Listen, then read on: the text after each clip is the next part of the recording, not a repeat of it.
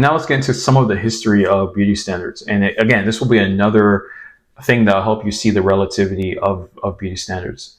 So in Renaissance Europe, full figure bodies symbolized wealth and fertility. So that was the quote unquote attractive look.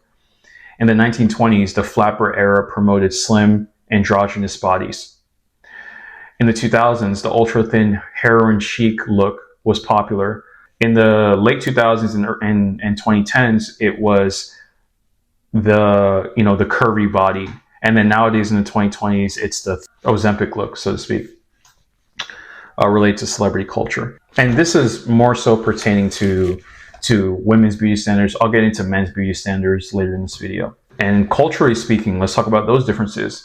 In some African and Polynesian cultures, larger bodies are valued a bit more historically in general. And in East Asian cultures, fair skin has been a beauty standard due to its association with quote unquote nobility, or, basically being white, so to speak, right? There's that kind of programming there.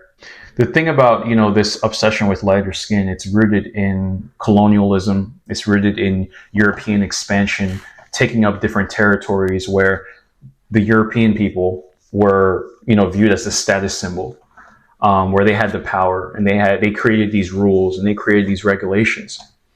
And thus, when they have all this power, they begin to consciously and subconsciously communicate that their skin is ideal.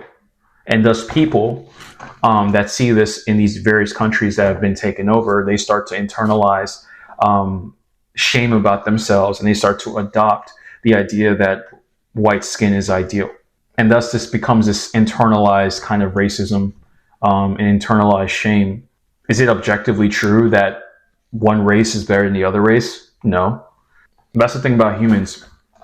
Humans create these identities, these egos, collectively as well.